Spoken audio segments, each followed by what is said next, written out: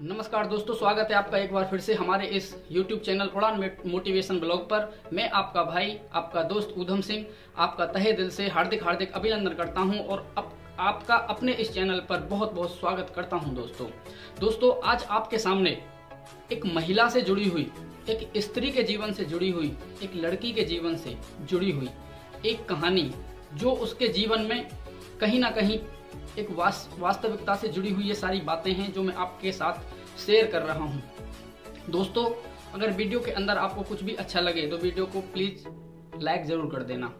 दोस्तों एक मध्यम वर्गीय परिवार, एक मिडिल फैमिली की या फिर कोई रिच भी फैमिली हो, फैमिली चाहे कैसी भी हो, लेकिन कहीं ना कहीं तक स्त्रियों के साथ, लड़कियों के साथ, महिलाओं के साथ इस तरीके की घटनाएं जीवन में होती ही हैं। दोस्तों एक मध्यम वर्गीय परिवार में एक बेटी की शादी होती है। उसकी शादी का समय था, पूरे परिवार ने मिलकर उसकी शादी का पूरा अरेंजमेंट किया, शादी की पूरी व्यवस्थाएं की। दोस्तों सारा अरेंजमेंट हुआ, सारी व्यवस्थाएं हुई, शादी अच्छी तरीके से संपन्न हो गई। शादी में किसी तरीके का कोई विघ्न नहीं हुआ। सुबह के टाइम उस बेटी का, उस लड़की का विदाई का वक्त था। दरवाजे पर गाड़ी खड़ी हुई थी और गाड़ी में बैठकर उस बेटी को विदा होकर ससुराल जाना था।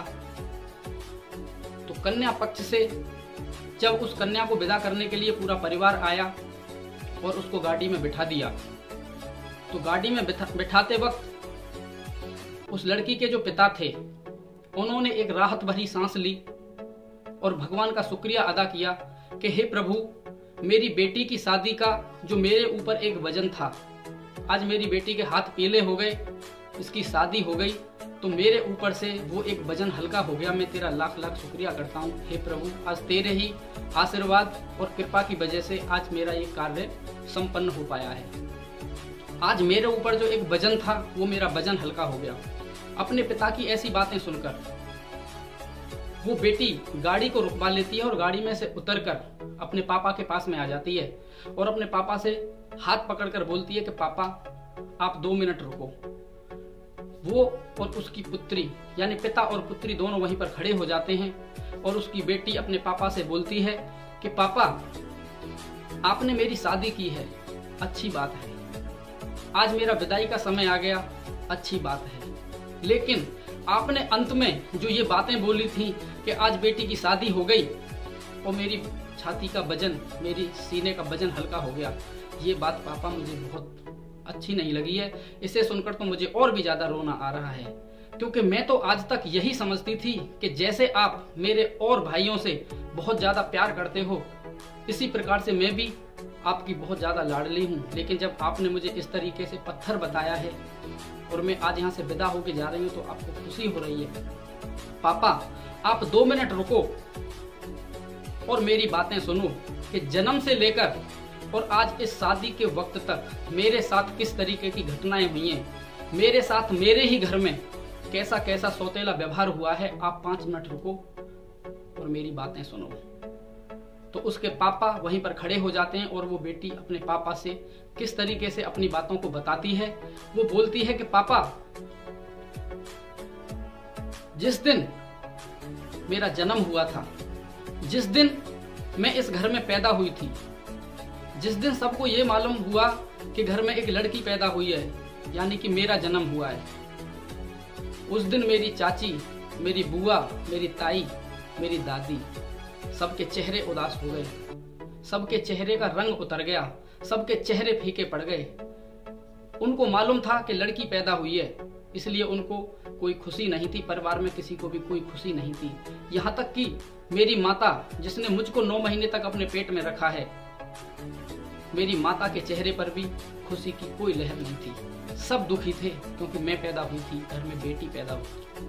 और आप लोगों ने जो पहले से ही घर में बधाई बजाने वाले और ढोल बजाने वाले सबको बुला के रखा था, आपने उन सबको ऐसे ही वापस कर दिया। आपको कोई खुशी नहीं हुई थी क्योंकि मैं पैदा हुई थी।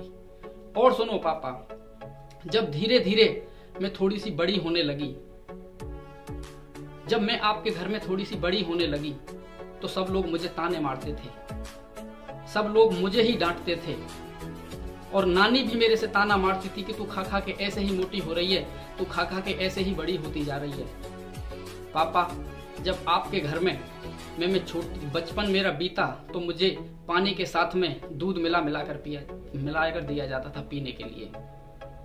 जब मैं और थोड़ी बड़ी हुई तो मुझे आपके इसी घर में झाड़ू, पोछा और आपके झूठे बर्तन साफ करने का काम दिया गया पापा।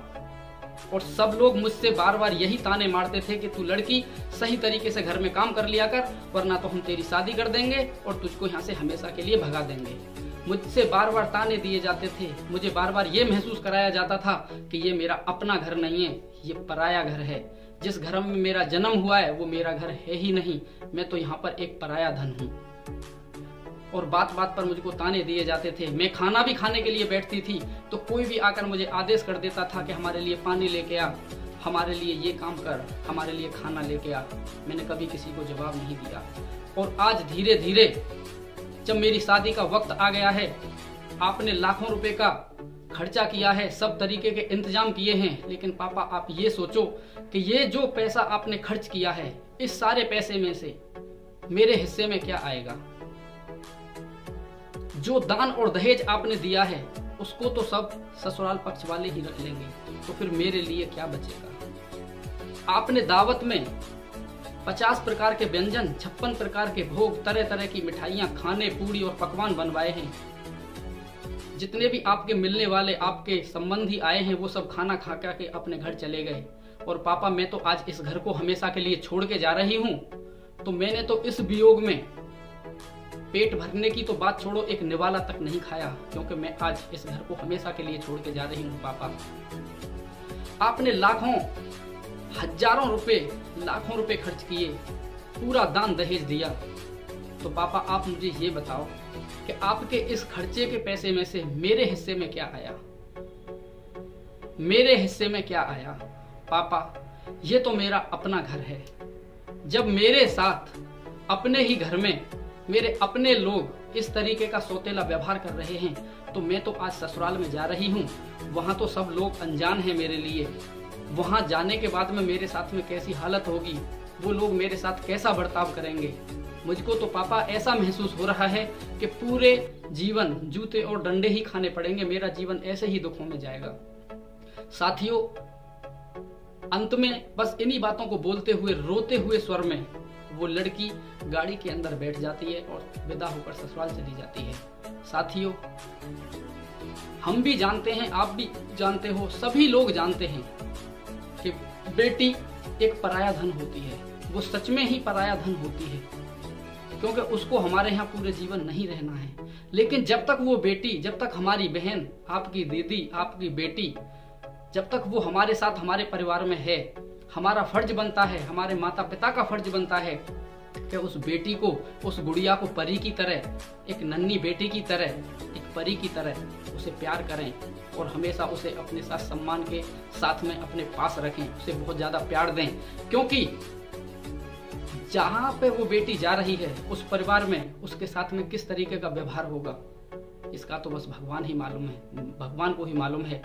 पर जब तक वो बेटी हमारे साथ है, हमारा फर्ज बनता है कि हम उसे लाड़ और प्यार के साथ में रखें। दोस्तों, दिल में खुशी और चेहरे पर गम की परछाई होती है। दिल में खुशी और चेहरे पर गम की परछाई होती है। कठोर बाप भी रो देता है उस वक्त, जिस वक्त बेटी की विदाई होती है। दोस्तों, आज के टॉपिक को यहीं पर खत्म करते हैं। अगर वीडियो में कुछ भी अच्छा लगा हो तो वीडियो को लाइक कर देना, शेयर कर देना और कमेंट भी कर देना। मिलते हैं ऐसे किसी और अन्य टॉपिक के साथ। तब तक अपना ख्याल रखिएगा, स्वस्थ रहिएगा। जय हिंद, जय भारत, वंदे मातरम।